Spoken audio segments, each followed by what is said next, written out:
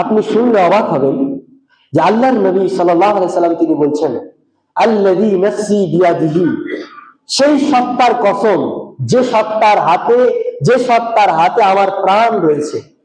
আল্লাহর নবী বলছেন জনাবে মুহাম্মদ রাসূলুল্লাহ সাল্লাল্লাহু আলাইহি সাল্লাম, ওয়াল্লাযী নাফসি বিয়াদিহি, সেই রবের কসম, সেই রবের শপথ, নাফসি বিয়াদিহি, যার হাতে আমার নফস রয়েছে, আত্মা রয়েছে, জান রয়েছে। লাউ লাম তুযনিবু, হে মানব, হে মানুষ, লাউ লাম তুযনিবু, যদি তোমরা পাপ না করতে, যদি তোমরা দুনিয়াতে গুনাহ না করতে, লাযাহাবাল্লাহু বিকুম, আল্লাহ তাআলা তোমাদেরকে দুনিয়াতে রাখতেন না। আল্লাহ তাআলা, তোমরা যদি পাপ না করতে, তোমরা যদি ফেরেশতার আচরণকে যদি তোমরা মেনে নিতে, তাদের মতো তোমাদের যদি আচরণ হয়ে যেত, যদি তোমাদের দ্বারা পাপ না হতো, লাউ লাম তুযনিবু, যদি তোমরা পাপ না করতে, লাযাহাবাল্লাহু বিকুম, আল্লাহ তোমাদেরকে দুনিয়াতেই রাখতেন না। কি করতেন? ওয়াজাআত বিকওম, আল্লাহ তাআলা তোমাদেরকে বদলে দিতেন, তোমাদেরকে দুনিয়াতে রাখতেন না। তোমাদের পরিবর্তে অনেক সম্প্রদায়কে আল্লাহ সুবহানাহু ওয়া তাআলা পৃথিবীর বুকে আবির্ভাব ঘটাতেন, পৃথিবীর বুকে আনতেন, যারা গুনাহ করত এবং আল্লাহ তাআলার কাছে তওবা করত। হাদিস কি বুঝলেন? আল্লাহর নবী জনাবে মুহাম্মদ রাসূলুল্লাহ সাল্লাল্লাহু আলাইহি সাল্লাম বলছেন, লাউ লাম তুযনিবু, মানুষ যদি গুনাহ না করত, সে নারী হোক, পুরুষ হোক, সে আলেম হোক, সে ডাক্তার হোক, সে মাস্টার হোক, হাজি হোক, যে কেউ হোক না কেন, তার দ্বারাই যদি গুনাহ না হতো, লাউ লাম তুযনিবু, এদের অভ্যাস যদি গুনাহ করা না হতো, লাযাহাবাল্লাহু বিকুম, আল্লাহ তাআলা এদেরকে রাখতেন না, এদেরকে কোনো প্রয়োজন মনে করতেন না আল্লাহ তাআলা। ওয়াজাত বিকওম, আল্লাহ তাআলা এমন এক সম্প্রদায়কে পৃথিবীর বুকে পাঠাতেন যারা গুনাহ করত এবং আল্লাহ তাআলার কাছে ক্ষমা চাইত এবং আল্লাহ তাআলা তাদেরকে ক্ষমা করে দিত। তাহলে কি এই হাদিসে আপনাদেরকে গুনাহ করার প্রমোট করছে? এই হাদিস কি আপনাদেরকে গুনাহ করার জন্য উদ্বুদ্ধ করছেন? না, এই হাদিস গুনাহ করাতে উদ্বুদ্ধ করছেন না। এই হাদিস দ্বারা বোঝাতে চাচ্ছেন মানুষের দ্বারা পাপ হবে, গুনাহ হবে, এটাই স্বাভাবিক, কিন্তু মানুষকে ক্ষমা চাইতে হবে। ক্ষমা চাইলে আল্লাহ তাআলা ক্ষমা করে দেবেন। যেহেতু বিশ্বনবী মুহাম্মদ রাসূলুল্লাহ সাল্লাল্লাহু আলাইহি সাল্লাম তিনি বলছেন যে কুল্লু বানি আদম খাত্তাউন, পৃথিবীর বুকে যত মানুষ রয়েছে, হযরত আদম আলাইহিস সালাম থেকে নিয়ে শুরু করে পৃথিবীর শেষ লগ্ন পর্যন্ত যত মানুষ পৃথিবীর বুকে আবির্ভাব ঘটবে, এখন ঘটেছে এবং আজ ঘটবে, আল্লাহর নবী সাল্লাল্লাহু আলাইহি সাল্লাম বলছেন খাত্তাউন, প্রত্যেককে গুনাহগার, প্রত্যেককে ভুলের মধ্যে নিমজ্জিত, প্রত্যেককেই পাপ করবে। ওয়া খায়রুল খাত্তাইন আত-তাওয়াবুন, জেনে রাখো কিন্তু পাপকারীদের মধ্যে সর্বোত্তম ব্যক্তি সে হবে যে আল্লাহ তাআলার কাছে তওবা করবে।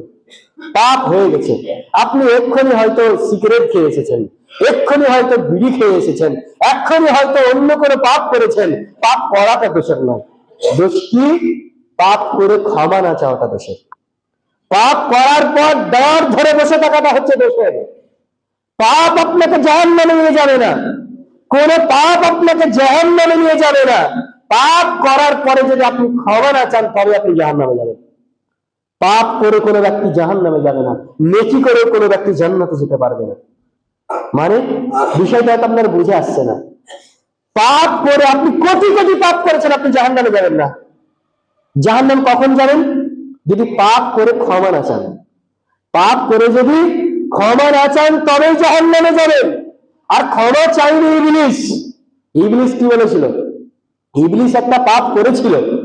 ইবলিসকে আল্লাহ সুবহানাহু ওয়া তাআলা যখন বললেন যে তুমি আদমকে সিজদা করো, ফাসাজাদু, সবাই সিজদা করে, লিল্লাহ ইবলিস, ইবলিস সিজদা করেনি। সিজদা করেনি, তারপরে সে অনুতপ্ত হয়নি, ক্ষমাও চাইনি, বরং সে নিজেকে গর্ববোধ করেছিল। আল্লাহ তাআলাকে বলেছিল, আল্লাহ আমি তো আগুনের তৈরি আর আদম হচ্ছে মাটির তৈরি, আমি কেন আদমের সামনে সিজদা করব? মানে সে দাঁত ধরেছিল। আপনি যদি ইবলিসের চরিত্র যদি আপনার মধ্যে থাকে, আপনি বিড়ি খাচ্ছেন, বিড়ি খাওয়ার পরেও যদি মনে করেন যে আমি খাবো না কে খাবে, আমার টাকা আছে আমি সিগারেট খাবো না কে খাবে, যদি আপনি এই আচরণ যদি আপনার মধ্যে থাকে, আর ইবলিসের নীতি আপনি গ্রহণ করলেন।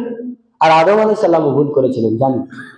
আমাদের আদি পিতা হযরত আদম আলাইহিস সালাম, যিনি পৃথিবীর শুরু থেকে আপনার সর্বপ্রথম মানুষ, প্রথম মানব হযরত আদম আলাইহিস সালাম, আল্লাহ তাআলা বলেছিলেন আদম তুমি জান্নাতে থাকো, জান্নাতে খাও, জান্নাতে পড়ো, জান্নাতে সব কিছু করো, শুধুমাত্র হাজি সাজারা, শুধুমাত্র এই গাছের কাছে যাবেন। আদমকে সব পারমিশন দেওয়া হলো, একটা জিনিস নিষেধ করা হলো যে আদম তুমি খাও দাও ফুর্তি করো, জান্নাতে থাকো, তোমাকে স্ত্রী চেয়েছে তোমাকে স্ত্রী দিয়েছে, সব কিছু করো, কিন্তু তুমি গাছের নিকট যাবে না। আল্লাহ তাআলার কথাকে অমান্য করে আদম আলাইহিস সালাম সেই গাছের ফল খেয়েছিল, গাছের কাছে গিয়েছিল। তারপরে কি আদম বলেছিল যে আমি খাবো না, কে খাবো? আদম আলাইহিস সালাম তারপর থেকে নিয়ে আপনার যতদিন পর্যন্ত তওবা কবুল হয়নি, ততদিন পর্যন্ত আল্লাহর দরবারে কেঁদে কেঁদে চোখে অস্ত্র ঝরিয়ে ঝরিয়ে চোখে পাপড়ি লাগিয়ে দিয়েছিল। আল্লাহ সুবহানাহু ওয়া তাআলা কাছে বলেছেন রব্বানা যালামনা আনফুসানা ওয়া ইন লাম তাগফির লানা ওয়া তারহামনা লানাকুনান্না মিনাল খাসিরিন। ইবলীসের মতো বলেনি যে আল্লাহ তুমি আমার মুখ দিয়েছো কেন খাবো না। ইবলীসের মতো আদম আলাইহিস সালাম এই নীতি পালন করেননি যে আল্লাহ তুমি তো আমার মুখ দিয়েছো, খাওয়ার জন্যই তো মুখ দিয়েছো, তাহলে আমি খেয়েছি তো কি হয়েছে, এটা বলেনি। আদম আলাইহিস সালাম সঙ্গে সঙ্গে অনুতপ্ত হয়েছিল, সঙ্গে সঙ্গে ক্ষমা চেয়ে নিয়েছিল, সঙ্গে সঙ্গে নিজের ভুল বুঝতে পেরেছিল। তিনি আল্লাহ তাআলার কাছে যতদিন পর্যন্ত তওবা কবুল হয়নি ততদিন পর্যন্ত আল্লাহ তাআলার কাছে কেঁদে কেঁদে বলেছিল রব্বানা হে আমার প্রতিপালক যালামনা আমি জুলুম করেছি আনফুসানা আমার নফসের উপরে, ফাইন লাম তাগফির লানা তুমি যদি আমাকে ক্ষমা না করো লানাকুনান্না মিনাল খাসিরিন তাহলে আমি ক্ষতিগ্রস্তদের মধ্যে অন্তর্ভুক্ত হয়ে যাব। আদম আলাইহিস সালাম বছরের পর বছর, সালের পর সাল তিনি আল্লাহ তাআলার কাছে তওবা করেই গেছেন। এটা ছিল তার গুণ। আর মানুষের গুণই হবে এটা, মানুষের বৈশিষ্ট্যই হবে তওবা করা, মানুষের বৈশিষ্ট্য নেচারই হবে তওবা করা, ক্ষমা চাওয়া। যেটা আল্লাহ তাআলা বলেন ইয়া আইয়ুহাল্লাযীনা আমানু তুবু ইলাল্লাহ তাওবাতান নাসুহা, হে মানুষ তোমরা পাপ করবে এটাই স্বাভাবিক, তোমাদেরকে দুনিয়াতে পাঠিয়েছি তোমরা গুনাহ করবে এটাই স্বাভাবিক, তবে গুনাহের উপর তোমরা অটল থাকিও না, গুনাহকে নিয়ে তোমরা জিয়ে রাখিও না, তুবু ইলাল্লাহ তোমরা ফিরে আসো আল্লাহর দিকে। গুনাহ করেছো তো কি হবে, তুমি পাপ করেছো তো কি হবে, ফিরে এসো আল্লাহর দিকে।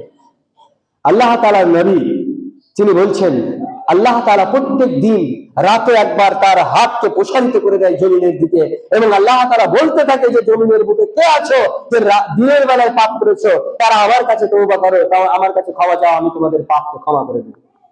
আবার আল্লাহ তাআলা দিনের বেলায় আবার দুই হাতকে প্রসারিত করে দেন এবং বলেন পৃথিবীর বুকে কেমন আছো যে তোমরা পাপ করেছো, আমার কাছে এসো, ক্ষমা চাও, আমি তোমাদেরকে ক্ষমা করে দেব।